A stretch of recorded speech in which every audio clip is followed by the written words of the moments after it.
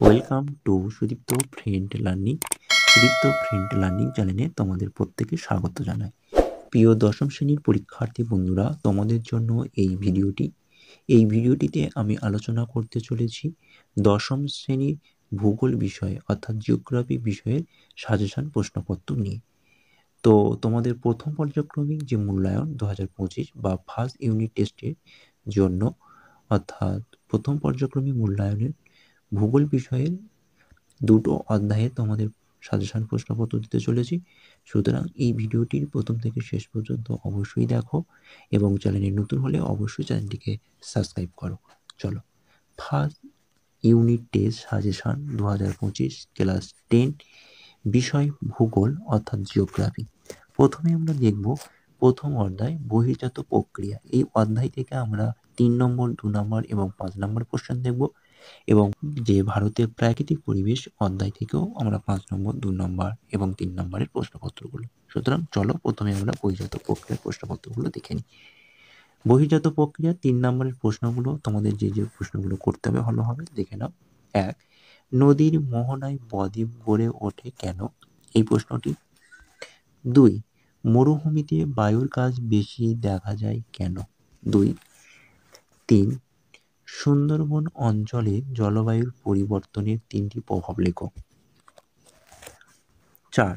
মরুভূমি সম্প্রসারণ রোধে কি কি ব্যবস্থা নেওয়া যেতে পারে? 5. অবস্থানের ভিত্তিতে হিমালয়ের শ্রেণীবিভাগ করো।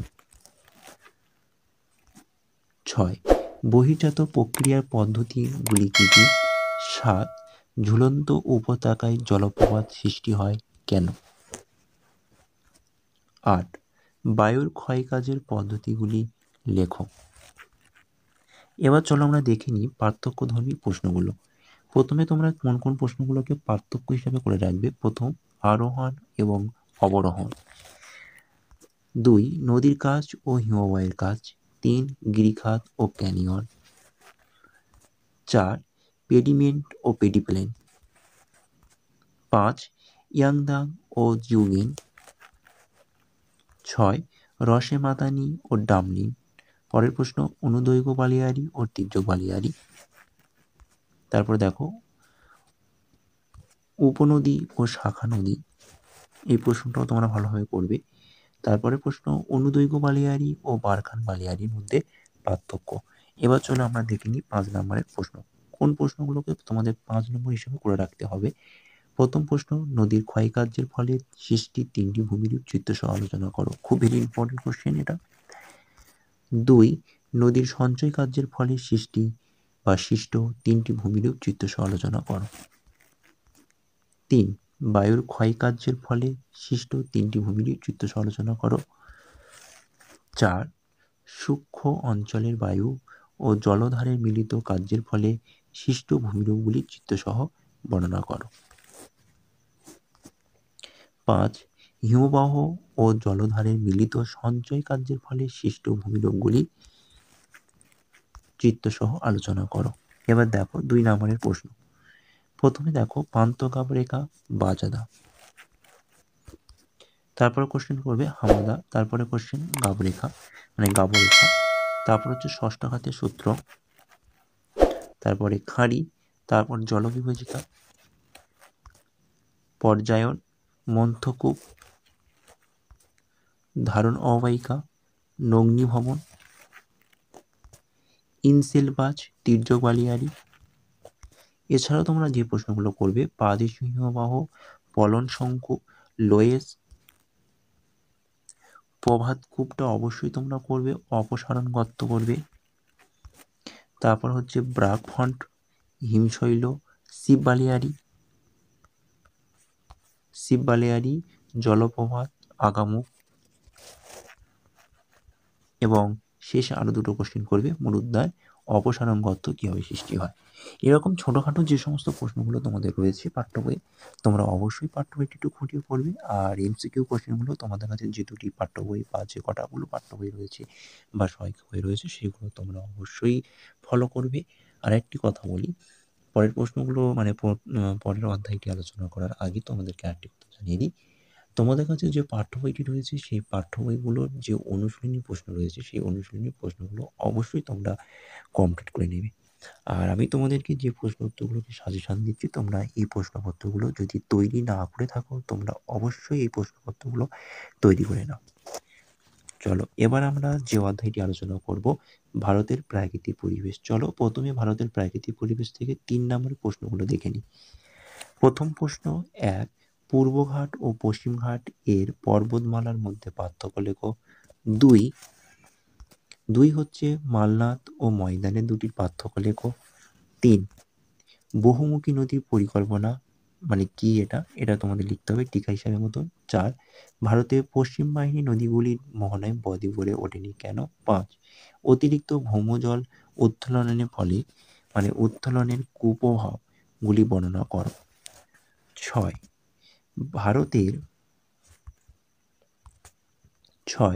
ভারতের মৌসুমী জলবায়ুর বৈশিষ্ট্যগুলি লেখো। 7, এল নিনো এবং লা নিনা কিভাবে ভারতের মৌসুমী বায়ুতে প্রভাবিত করে? কোশ্চেনটা খুব ইম্পর্টেন্ট। 8, পশ্চিমঘাট পর্বতের পশ্চিম ঢালের শৈলক্ষে বৃষ্টিপাত ঘটে কেন? Very important question. 9, ভারতের ক্রান্তীয় চিরহরিৎ উদ্ভিদ ও ক্রান্তীয় পর্ণমোচী উদ্ভিদের বৈশিষ্ট্য 3টি পার্থক্য। 3টি বৈশিষ্ট্য নিয়ে পার্থক্য লিখতে হবে। 10, ভারতের অরণ্য সংরক্ষণের 3টি প্রধান উপায়। 11, পাঞ্জাব হরিয়ানায় কৃষি উন্নতির প্রধান 3টি কারণ লেখো বা উল্লেখ করো। 12, ভারতীয় কৃষি 3টি মুখ্য সমস্যা লেখো। এবং পরের প্রশ্ন দেখো 13, করমণ্ডল উপকূলে বছরে 2বার বৃষ্টিপাত হয় কেন? Very important question.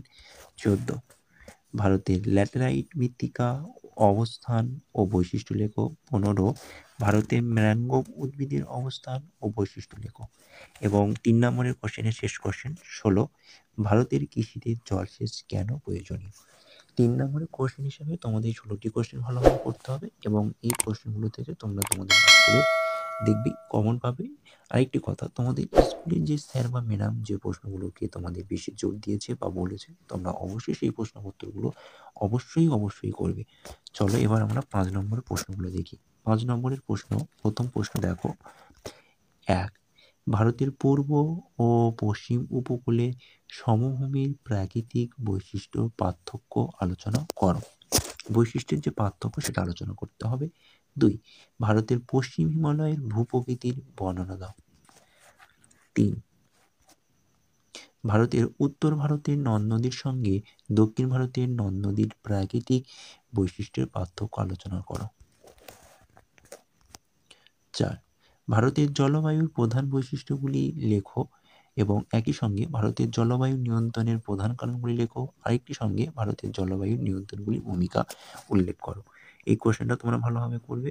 এবার চলো আমরা দেখে নিই 2 নম্বরের প্রশ্ন। প্রথম প্রশ্ন ময়দান, দ্বিতীয় কোশ্চেন করছেলনট। অবশ্যই প্রশ্নটা করবে করছেলনটা। 3, মরুস্থলী। 4, কয়াল। তারপরে কোশ্চেনটা ভালোভাবে করবে দুন। তারপরে কোশ্চেন তাল। তারপরে কোশ্চেন বহুমুখী নদী পরিকল্পনা। তারপরে দয়া।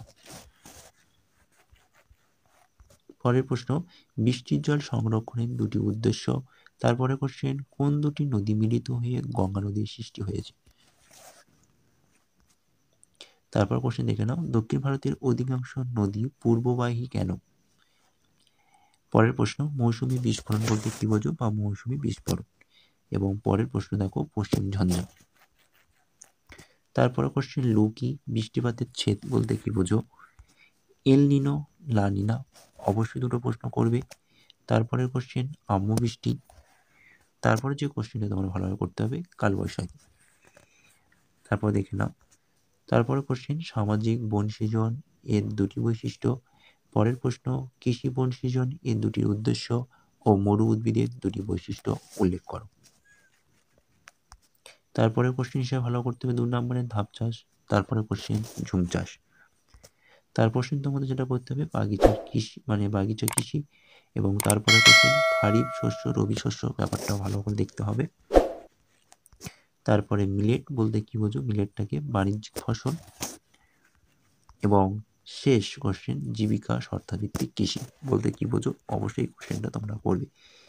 এই ছিল ক্লাস 10ম শ্রেণীর প্রথম পর্যায়ক্রমিক মূল্যায়ন ভূগোল অর্থাৎ জিওগ্রাফি সাবজেক্টের ভূগোলের প্রথম পর্যায়ক্রমিক মূল্যায়ন অর্থাৎ ফার্স্ট ইউনিট টেস্টের সাজেশন প্রশ্নপত্রগুলো তোমরা অবশ্যই, যারা এখনো পর্যন্ত এই প্রশ্নপত্রগুলো তৈরি করোনি তারা অবশ্যই প্রশ্নপত্রগুলো তৈরি করো। তোমরা এই প্রশ্নপত্র থেকে তোমরা স্কুলে তোমাদের কমন পেয়ে যাবে। আর একই সঙ্গে তোমাদের পাঠ্য বইয়ের অনুশীলনী প্রশ্নপত্রগুলোও তোমরা তৈরি করবে। আর একটি কথা, ভিডিওটি ভালো হলে অবশ্যই একটি লাইক করবে এবং চ্যানেলে নতুন হলে অবশ্যই চ্যানেলটিকে সাবস্ক্রাইব করবে। থ্যাংক ইউ, ধন্যবাদ তোমাদের। তোমরা ভালো থেকো, সুস্থ থেকো, আর বন্ধুদের কাছে এই ভিডিওটি বেশি বেশি করে শেয়ার করে দাও। ওকে, চলো পরের আমরা ভিডিওতে অন্য একটি সাবজেক্ট নিয়ে আমরা সাজেশন প্রশ্নগুলি নিয়ে আমি খুব শীঘ্রই আসতে চলেছি, সুতরাং সঙ্গে থাকো।